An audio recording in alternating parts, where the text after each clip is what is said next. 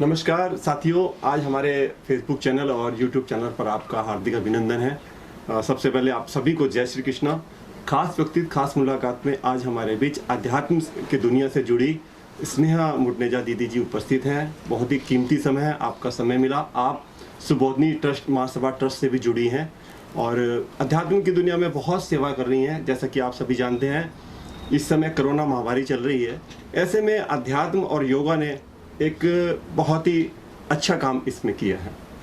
दीदी जी, आपका बहुत बहुत स्वागत है चैनल पर।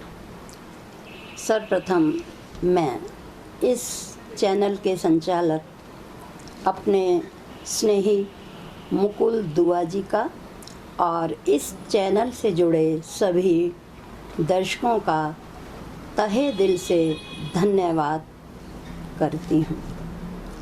आज कोरोना के इस माहौल में इसको अध्यात्म से कैसे जोड़ करके अंतःकरण में शांति का अनुभव किया जाए, इस विषय पर हम विचार विमर्श के लिए बैठे हैं। अपना विषय शुरू करने से पहले हम सब 2 क्षण के लिए ईश्वर की शरण में जाना चाहेंगे जी, क्योंकि ईश्वर ही हम सबका आधार है। तो आइए थोड़ी देर के लिए हम उस आधार से इन 2 भजन की पंक्तियों के साथ जुड़ते हैं। स्वागत है। जरा आ शरण में तू ओम के, मेरा ओम करुणा निधान है। जर्रे जर्रे में है रमा हुआ, जर्रे जर्रे में विद्यमान है। जरा आ शरण में तुम के। बहुत ही अच्छा आपने गाया और राम की शरण में तो आना ही होगा, तभी सबका जीवन अच्छा चलेगा। दीदी जी, आपका इंट्रोडक्शन देना चाहूँगा सभी दर्शकों को। ये स्नेहा मुटनेजा दीदी जी जो जिन्होंने MA BEd किया और साथ ही आदरणीय बीजी महाराज जी की आप सुपुत्री हैं, ये भी हमारे लिए बड़ा सौभाग्य की बात है। हमारे लिए वर्षों से स्पिरिचुअलिटी से आप जुड़ी हुई हैं, सेवा कर रही हैं, ज्ञान चर्चा की गंगा बहा रही हैं और ये भी पता चला, मुझे जानकारी हुई कि एक्स वाइस प्रिंसिपल भी आप HD गर्ल्स झांसी की रानी इसी तरह उसमें आप रही हैं, अपनी सेवाएं दी हैं। दीदी जी, चंद पंक्तियों से आपका स्वागत करूंगा, फिर हम चलेंगे प्रश्न उत्तर की तरफ। कि हमने एक शाम चिरागों से सजा रखी है, बात ये जमाने से छुपा रखी है, और आप आ जाए जाने किस गली से, इसलिए हमने हर गली फूलों से सजा रखी है। धन्यवाद। दीदी जी, आपका बहुत बहुत स्वागत है। बातचीत शुरू करने से पहले सबसे पहले जानना चाहूँगा कि अभी कोरोना काल चल रहा है, पीछे लॉकडाउन हुआ, तो किस तरीके से लॉकडाउन में आपने ज्ञान चर्चाएं सेवा करी?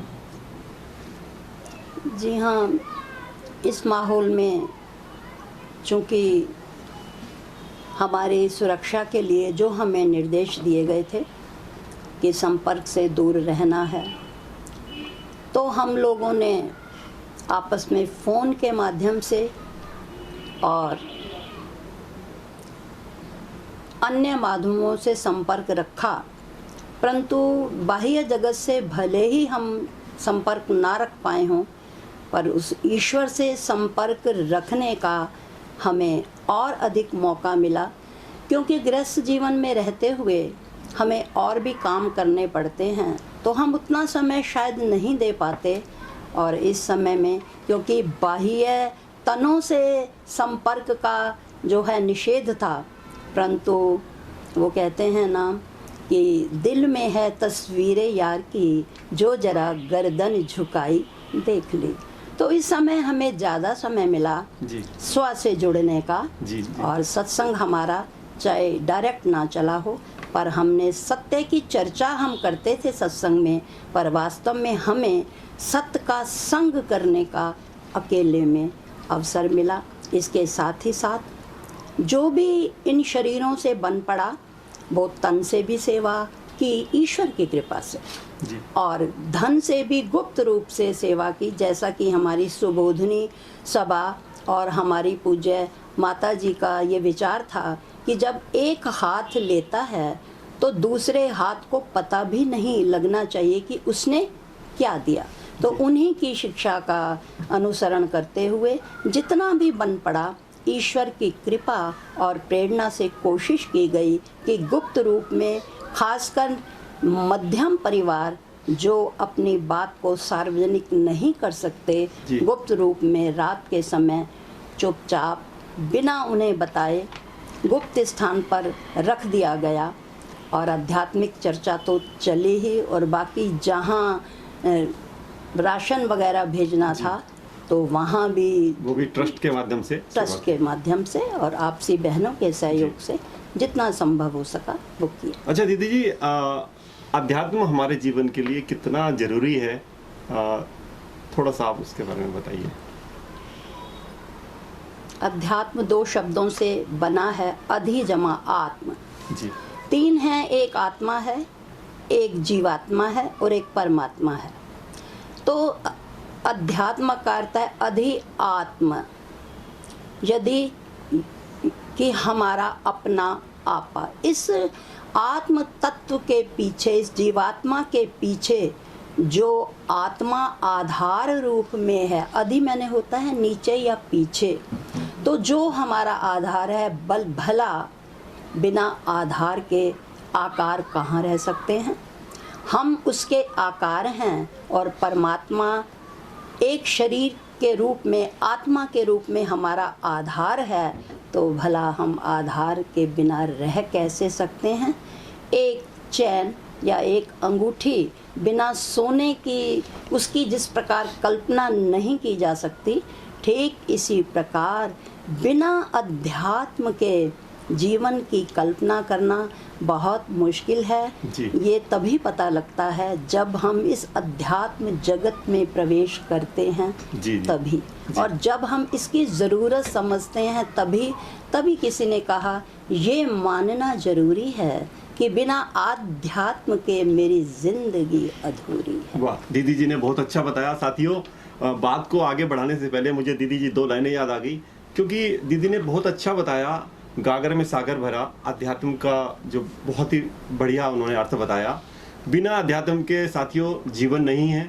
मृत्यु तो कड़वा सच है, मृत्यु तो आनी ही है, लेकिन एक मृत्यु तड़पती हुई मृत्यु है, परेशान मृत्यु है, एक मृत्यु मुस्कुराती हुई मृत्यु हो जाती है। तो मुझे 2 लाइनें याद आ गई कि तेरे कदमों पे सर होगा, कजा फिर सर पर खड़ी होगी, फिर उस सजदे का क्या कहना, ये अनोखी बंदगी होगी। यानी कि मृत्यु सबको आनी है, मिलनी है वो, लेकिन उस मृत्यु के साथ, अध्यात्म के साथ अगर हम उस तरफ चलें, जीवन को यापन करें, तो बात कुछ और होगी। दीदी जी, बात आगे बढ़ाते हैं चर्चा की।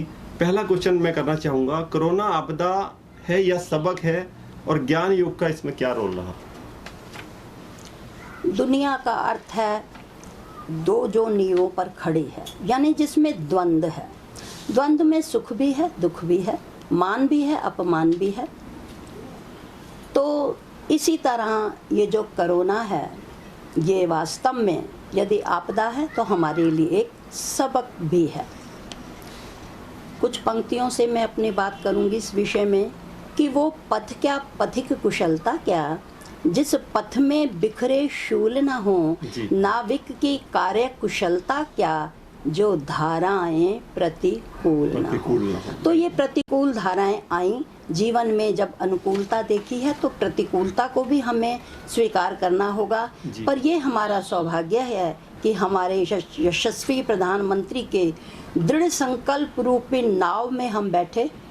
कोरोना के शुरू होने के बाद कुछ दिन बाद उन्होंने सभी राष्ट्र को एक स्थान पर लाने के लिए एक दिन दिया, एक समय दिया कि सब लोग एकत्र होंगे और थाली बजाकर जिन्होंने भी इस कोरोना को मात देने में सहयोग दिया, उनके स्वागत में हम थाली बजाएंगे। कोरोना योद्धाओं के लिए। योद्धाओं के लिए। जी जी।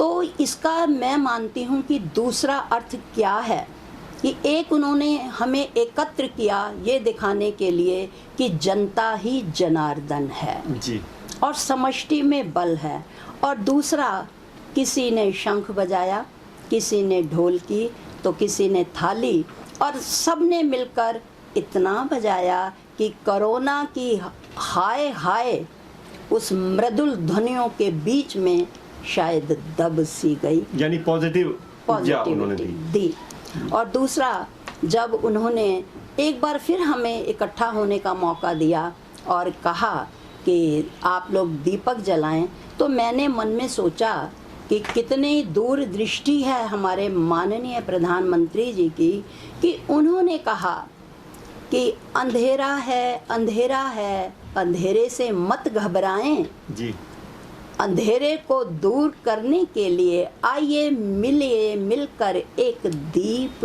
जलाएं। बहुत बढ़िया, बहुत बढ़िया। तो मुझे उनकी सोच बहुत अच्छी प्रधानमंत्री जी। जी, मैंने इसीलिए अपने अनुसार जब दीपक जला रही थी तो उसका यही अर्थ मेरे मन में आया कि वास्तव में उन्होंने हमें एकत्र भी किया कि हम इकट्ठे हो जाएं और एकत्व का परिचय हम दे सकें, और दूसरा यही कि अंधेरा अंधेरा कहने से कभी दूर नहीं होता। जी। एक छोटी सी दीपक की लौ जलाएं तो अंधेरा दूर हो सकता है। शायद मेरी दृष्टि में उनका यही संदेश हो सकता है। बहुत अच्छा आपने प्रश्न का उत्तर दिया और निश्चित रूप से दर्शकों को ये आंसर अच्छा लगा होगा।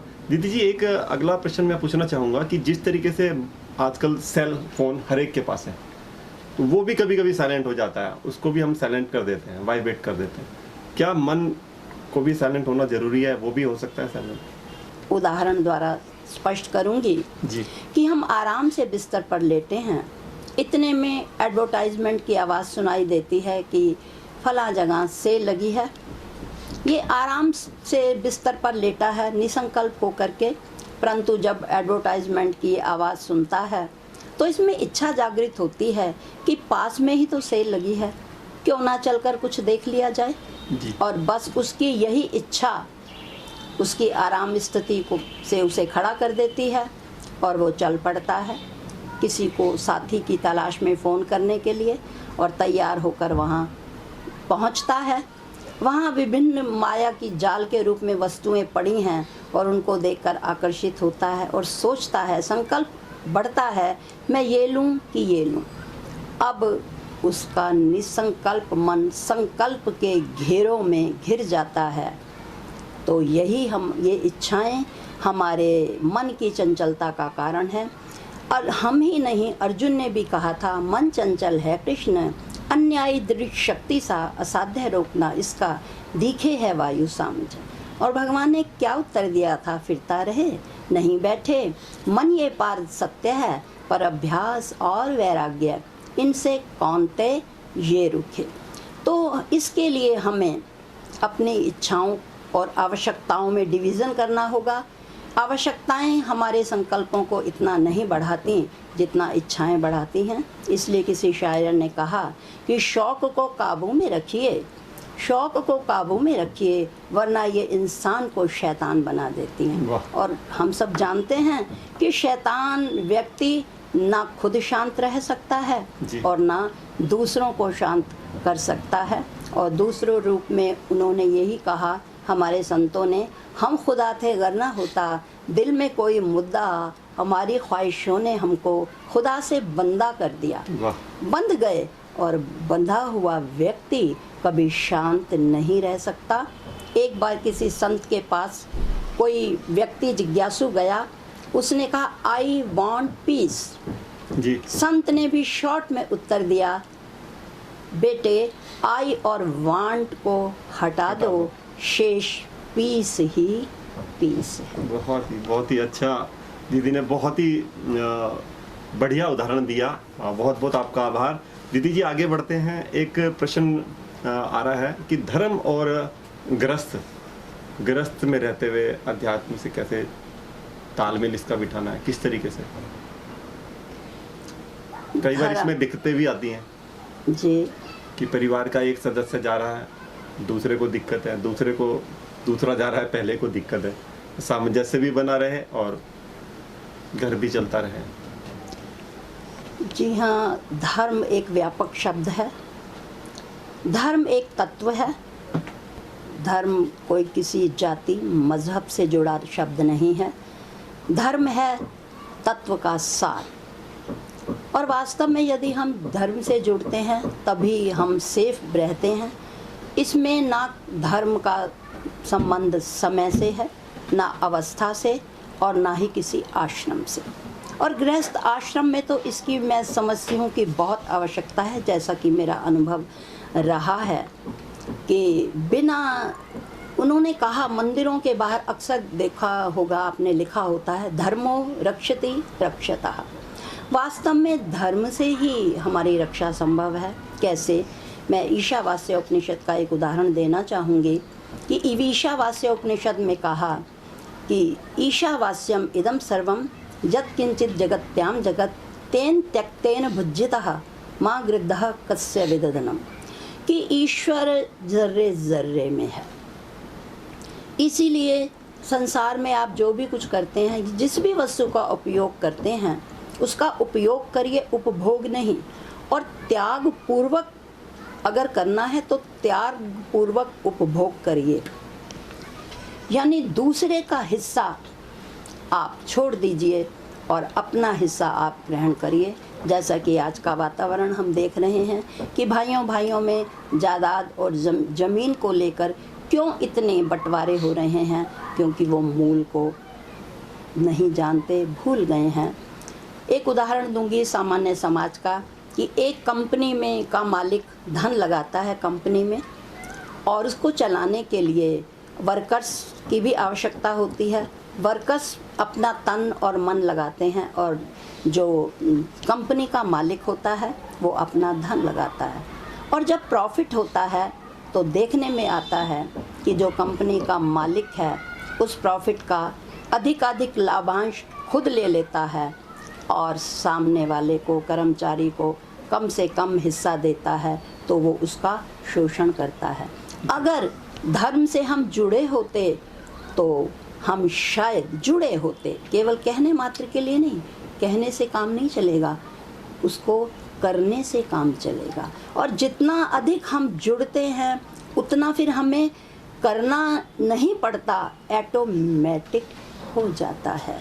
जैसे हम प्रेस को अगर ठीक से उसका प्लग जोड़ते हैं तो ऑटोमेटिक वो वायर में करंट आता है और प्रेस में आता है, अगर ठीक से जुड़ी है प्लग तो। और यदि ठीक से नहीं जुड़ा तो फिर सब कुछ होते हुए भी प्रेस गर्म नहीं होती।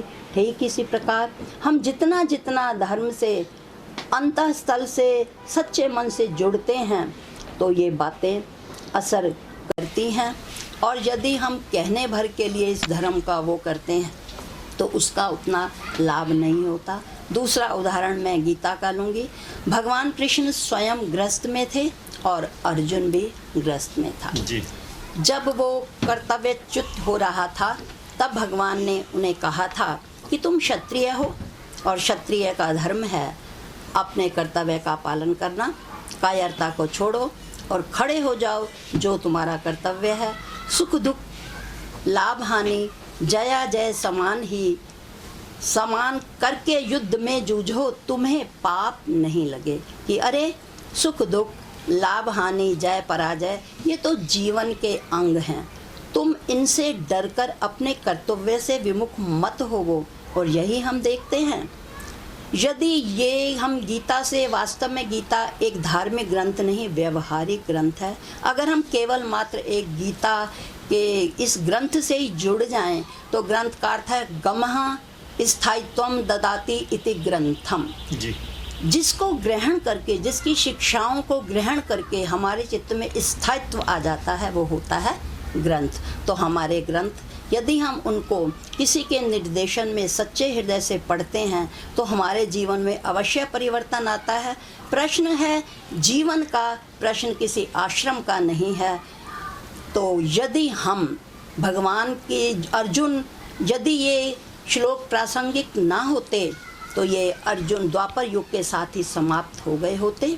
परंतु आज भी यदि ये चल रही है गीता, जितने अधिक अनुवाद इस ग्रंथ के हैं शायद मेरे ख्याल किसी के नहीं, वो इसीलिए ही क्योंकि ये व्यवहारिक ग्रंथ है। तो वास्तव में धर्म का वास्तव में तो प्रयोग व्यवहार में उतार करके जितना लाभ होता है वो किसी अन्य आश्रम में नहीं, ऐसा मेरा अनुभव है। बहुत बहुत धन्यवाद दीदी जी।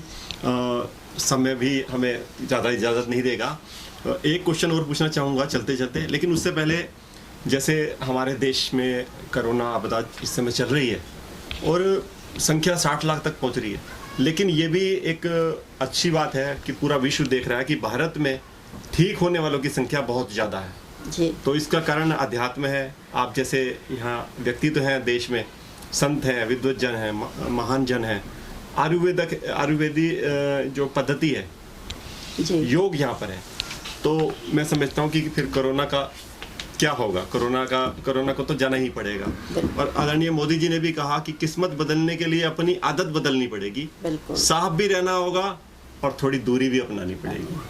तो कोरोना से बचना आसान है, लेकिन थोड़ी सी इसकी सावधानियां हैं। चलते चलते दीदी जी मैं पूछना चाहूँगा दर्शकों के लिए, भाग्य और कर्म की जब भी बात करते हैं तो दोनों ही हार जाते हैं, दोनों ही जीत जाते हैं। और आपकी नज़र में क्या इसकी परिभाषा होनी चाहिए? जी हाँ, बिल्कुल सही कहा आपने। दोनों हार भी जाते हैं, कभी जीत भी जाते हैं, क्योंकि वो आपस में बंधे हैं। जिस प्रकार घर में पति पत्नी होते हैं या भाई बहन होते हैं, वो एक दूसरे से इतने जुड़े होते हैं कि कभी वो जीत जाता है तो कभी उसकी हार हो जाती है। ठीक इसी प्रकार कर्म और भाग्य बिल्कुल एक नदी के दो तट की तरह हैं। कैसे?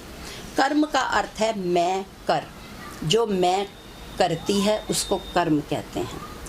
और भाग्य का अर्थ है, संस्कृत में यह कहते हैं जो, और भाग मैंने हिस्सा, जो तेरा हिस्सा है।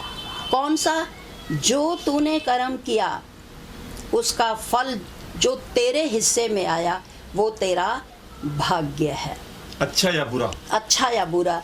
उन्होंने तो ही तो कहा कि पेड़ बोया बबूल का तो आम कहाँ से होए। तो जो हमने बोया है मिलेगा तो हमें वही ना। इसलिए छोटा सा सूत्र है, जो करेगा सो भरेगा। यानी कर्म ही भाग्य बन जाता है। कर्म प्रारब्ध है, और जहाँ कर्म समाप्त होता है वहाँ भाग्य शुरू होता है। इसलिए कहते हैं प्रारब्ध कर्म, यानी कर्म तो हमने समाप्त कर दिया और प्रारब्ध मैंने शुरू हो गया, और प्रारब्ध को भाग्य भी कहते हैं। तो इसलिए ये एक नदी के दो पहलू की तरह है। हम जैसा करेंगे वैसा ही हम भरेंगे। तो ये जो है ये साथ साथ हैं। तो मैं तो यही मानती हूँ कि कर्म की परिपक्वता फल के रूप में होती है, जिसे हम भाग्य कहते हैं। देखिए, अगर हम जब किसी ज्योतिषी को अपना हाथ दिखाते हैं, हाथ ही क्यों दिखाते हैं? जी। क्यों?